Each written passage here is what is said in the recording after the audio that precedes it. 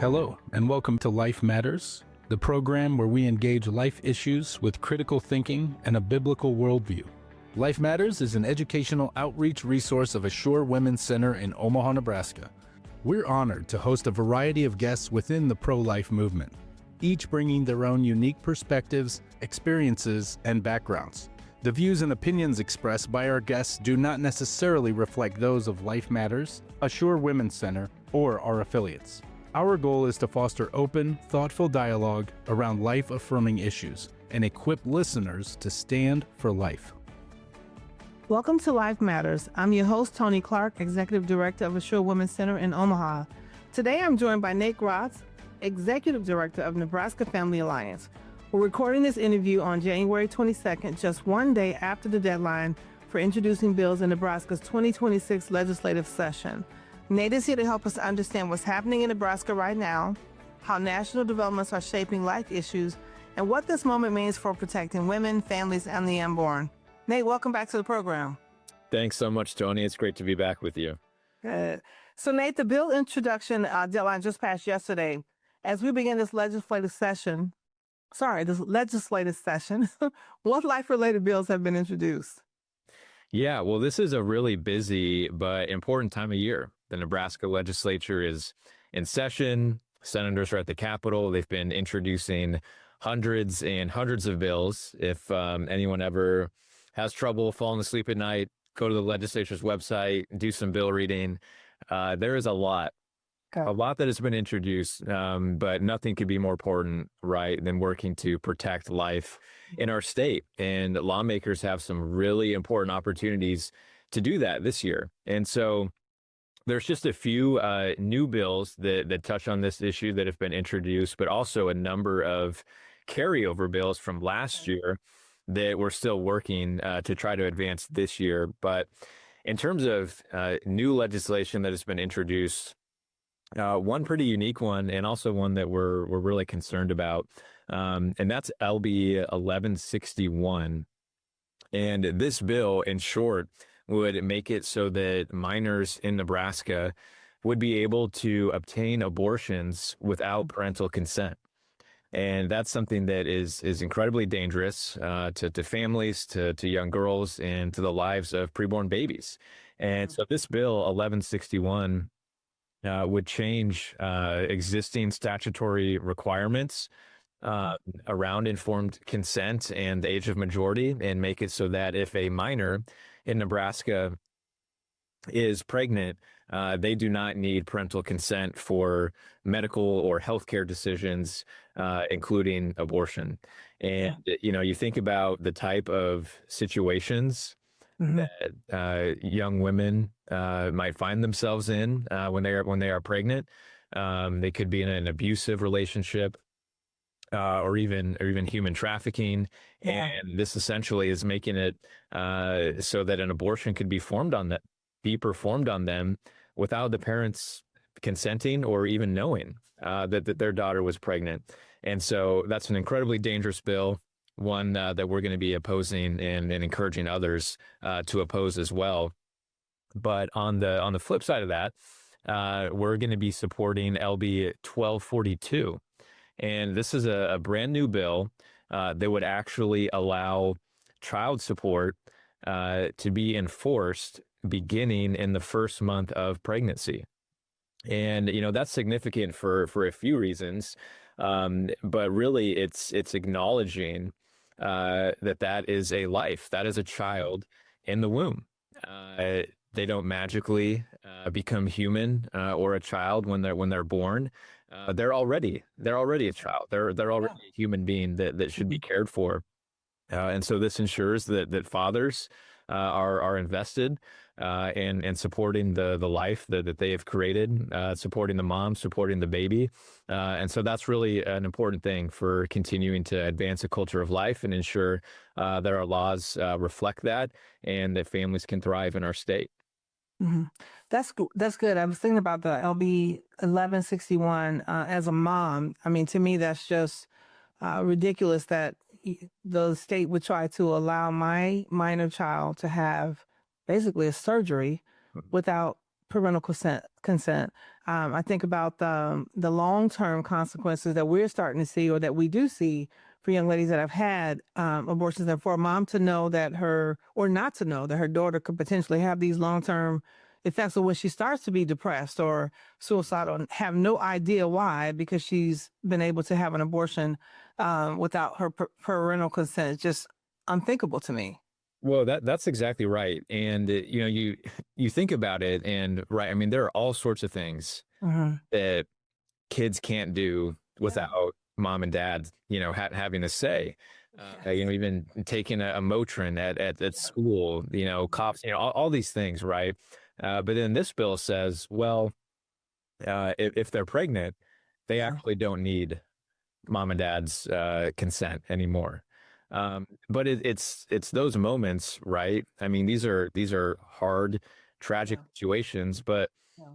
that's when parents are needed most. And this bill would completely remove them from the equation. It would leave these young girls by themselves. Yeah. It's to be harmed, and it prevents. Parents, but also it prevents, if you have a child who is pregnant, you think about what the abortion industry is now trying to do. I mean, they are all in on the abortion pill. They want to be able to send it into people's homes.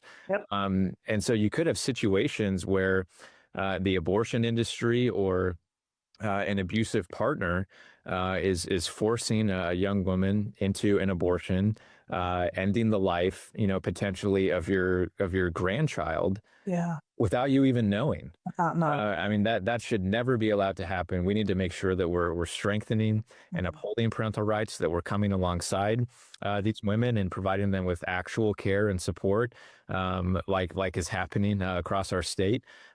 And so it's a very dangerous bill, and one that we're going to do everything we can to help defeat. Good. Well, we would be praying right along with you. Also think about who benefits from this. Who would benefit from this bill? No one but the abortion industry. Yeah. Yeah. Yeah, exactly That's right. really, you guys are up against a lot, but we would certainly be praying along with you all. So, Nate, what's the political climate like in the unicameral right now when it comes to life issues? Are you seeing overall that there's some momentum or resistance, or just kind of the same? Yeah, it's a really good question. I think right now with our legislature, it's a tough climb on this issue. We have some really strong support, even a majority, but our legislative system is set up in such a way that we have a really high filibuster threshold, and so we actually need 33 votes out of 49 senators to pass any, pro-life legislation. And so that makes it really difficult. And right now we're in a situation where the margins are just razor thin. The votes might not quite be there. And so, we're trying to find new and creative ways to continue to move the ball forward. And that's what you're seeing with some of these bills. We've got LB 213 that I think is an incredibly important bill. This bill would actually require schools to teach human embryology and to actually have accurate fetal development curriculum to teach school children the scientific fact that life begins at conception at age appropriate levels, and to show, pictures and videos of human development inside the womb. And you think about the type of impact that could have. I mean, that's how we begin to reclaim some of this territory and move our state into a better place. And so that's a bill we're going to be pushing really hard for, that we think we might be able to get the votes for this year. And there's some other opportunities as well, but it's all about, how do we build off of what we've done in the past while continuing to work to see every life cherished and protected in our state. That's our mission. That's our goal. And we want to do everything that we can, including all the great pregnancy help organizations, making sure that they have, the ability to be on the front lines, to serve and care for women and children, and to be able to oppose what the abortion industry is trying to do, which is to take our state in the complete opposite direction. Yeah. So what should Nebraskans be watching? What should we be watching for over the next few weeks as bills begin to move into committee and floor debate? And what can we do? Yeah. Senators, they'll be starting to have committee hearings on these bills. They'll be getting floor debate on these bills, and it's really amazing. It turns into this battle of worldviews and ideologies that unfolds inside our state capitol. And so being engaged really starts with being informed. And uniquely to Nebraska, right, we have a unicameral. We just have one House, 49 senators, and that's it. And the reason for that, the design, is that it's the people of Nebraska that are actually that second House. And so there is a huge responsibility and opportunity for the citizens of our state to play an active role in our legislative process. So knowing what's going on at the Capitol, contacting your state senator, letting them know that this issue matters to you, that you want to encourage them to support pro-life legislation and to oppose the pro-abortion bill. It makes a difference when senators hear from their constituents, people who they are there to represent. And people have the opportunity to testify at hearings on bills. They can submit online comments. They can contact senators. And we've just seen time and time again when, it looks like there might not be a way forward.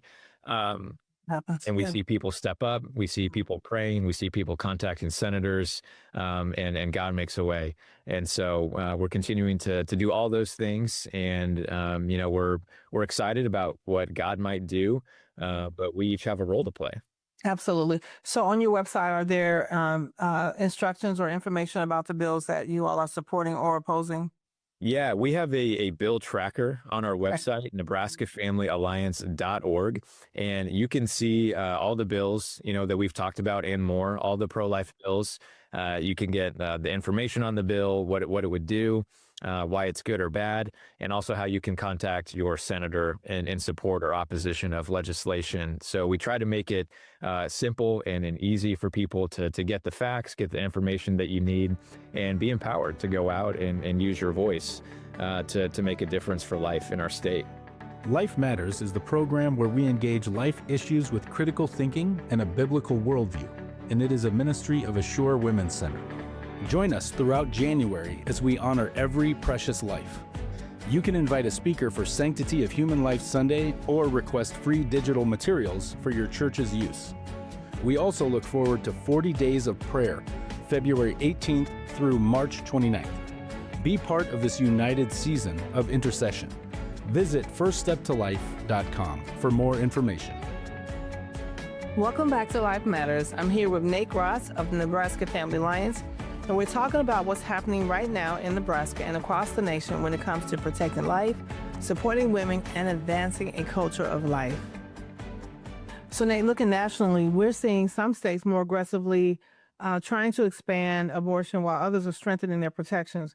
What trends are you watching now that could shape the future of life issues across the country? Yeah, Nebraska, even in the middle of the country, we certainly are not immune, right, to, outside forces and movements and trends that are happening nationally. Certainly following the overturn of Roe v. Wade, we saw this huge push for state ballot initiatives trying to create a right to abortion in individual states. And you have states who are taking strong steps to protect life. And as you said, states going the other direction. And so, we're still kind of in the middle of that. And our state is trying to figure out where we go from here. Thankfully, in 2024, we were able to defeat a really extreme effort to create a right to abortion here. And we were able to pass pro-life protections in our state constitution. And so now it's time for us to take the next step forward, to continue to build off of those successes and to find as many ways that we can to save as many lives as we can, because we know that this issue is not going away. It's not going away. The abortion industry, they're trying to double down on their efforts. And so we have to be prepared to meet that head on. And, really, I think what's really important, because at the heart of this is that, while we're talking about bills and legislation, this isn't political, right? This is not a political issue. Fundamentally, this is a moral issue and this is a spiritual issue. Yes. If you look at some recent events in our country where a few months ago you have Charlie Kirk being shot and killed while speaking on a university campus, you see the reaction to that. And we had a lot of people who reached out to us after that happened.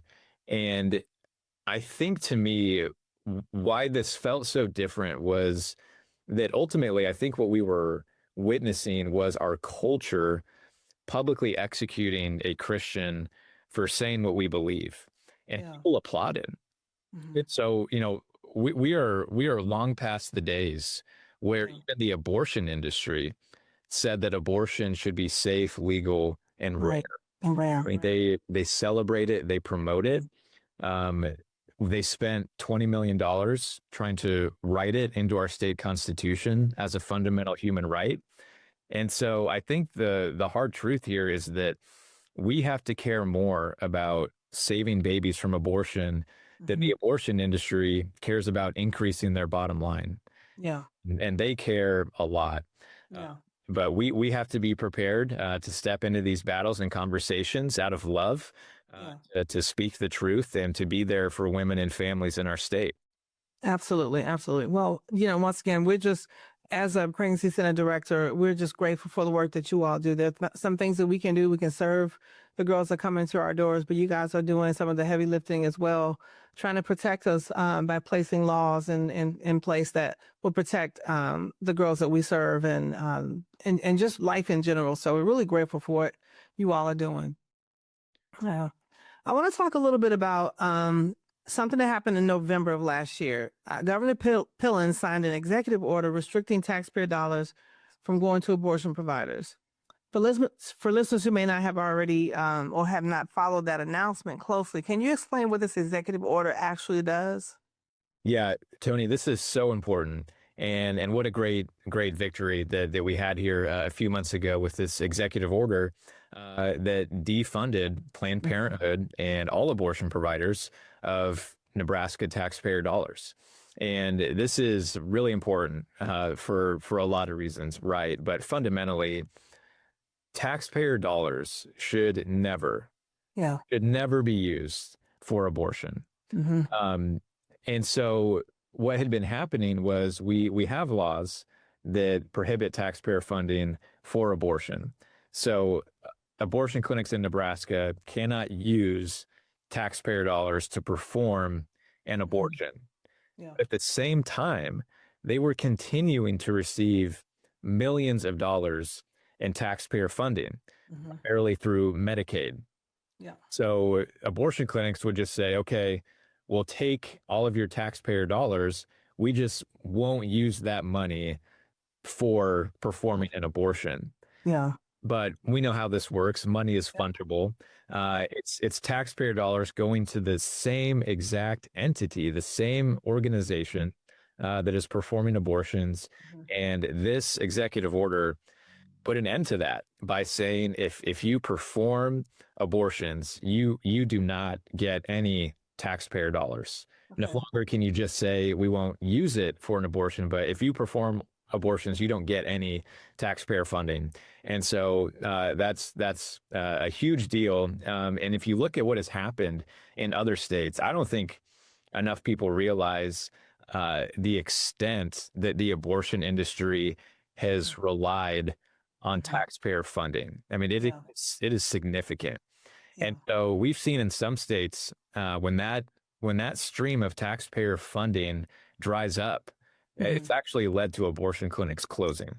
Absolutely. Yeah. And so that's why, as we're talking about our legislature, and a lot of people are frustrated, we're frustrated that the votes aren't there to do some bigger things, that we're still finding ways. Our governor, this was a really bold action that he took. And it's all geared towards helping get the abortion industry out of our state.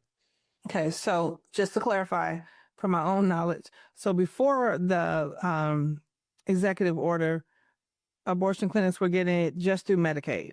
Hmm. And so now that the executive order has been signed, they can no longer do that. Yeah, that's exactly right. And so this Provide bill, abortions. yeah, if you provide abortions, you can't just say you won't use it for abortion, instead take that money and use it for something else, and now you have Can I get it? other money free for abortion. Yeah. It's just a hard stop. Okay. This is something we've been working on for a long time, and Yeah. there was actually a United States Supreme Court case last summer Mm-hmm. dealing with this very issue. Oh. It came from the state of South Carolina, and their state had taken action to remove Planned Parenthood and abortion clinics from their Medicaid funding. Yeah. That was challenged, went to the U.S. Supreme Court. We were part of an amicus brief that was filed in that case, and earlier last year we finally got the decision from that case affirming that states can choose not to fund abortion clinics with Medicaid funding. And so that really opened up the opportunity that we had here in Nebraska to do the same thing. Good. So the state reported that more than $500,000 in Medicaid payments went to abortion providers over the last 2 fiscal years. How will these funds be redirected, or will they be? Yeah, that's a great question. And that's the thing, right? Most clinics don't perform abortions. Right. And so there are a lot of healthcare facilities and clinics that people can go to where Medicaid funding can still be used to provide actual healthcare instead of going to the abortion industry. Good. Awesome. So Nebraska DHHS recently released its 2024 abortion report, and it showed that 2,501 abortions in Nebraska last year. Now, of those, more than 85% of the aborted babies were conceived outside of marriage. What does that statistic tell us about the deeper cultural issues driving abortion? And I know this is something that is dear to NFA's heart. Yeah, I love that question because any issue that you look at in our country, including abortion, you can almost always trace it back to the breakdown of the family. Yeah. And when you look at some of these statistics and you see that over 85% of abortions in our state are performed, in pregnancies that were conceived outside of wedlock, you start to get to the heart of the problem, which is the breakdown of marriage and family. Mm-hmm. And marriage is the greatest defender of children, both born and unborn. And when you get outside of that, you start to see a lot of these issues, including with abortion. We know that those situations happen, and we live in a broken world. And so there are so many people working to help families, to help couples, to help women, to help children. And we need to continue in that work while continuing to speak and defend the truth about the importance of marriage and family in our society. So Nate, for listeners who want to do more than follow headlines, what are a few practical ways they can stay informed and take action during this session? Yeah. We have some great information and resources on our website, nebraskafamilyalliance.org. You can sign up to get our emails and action alerts so that you know when an important bill is going to be up in committee or on the floor for debate, and how to contact your state senator. Again, it's just having that information, knowing when it's time to make your voice heard.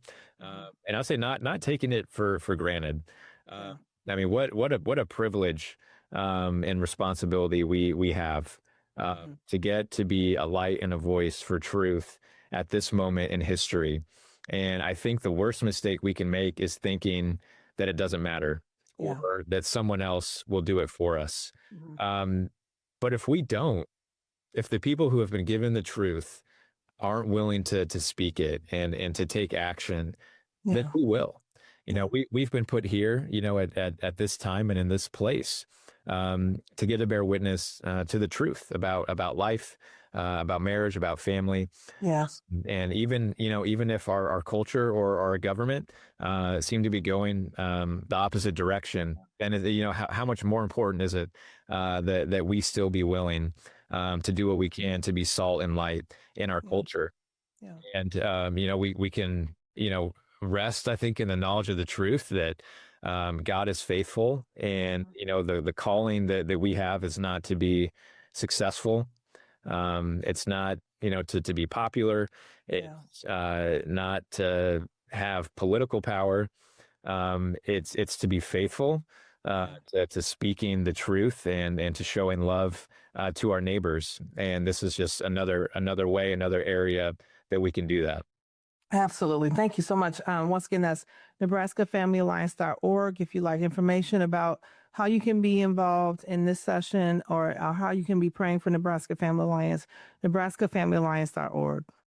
Nate, thank you so much for your leadership and for helping us understand both the policy and the politics behind these issues.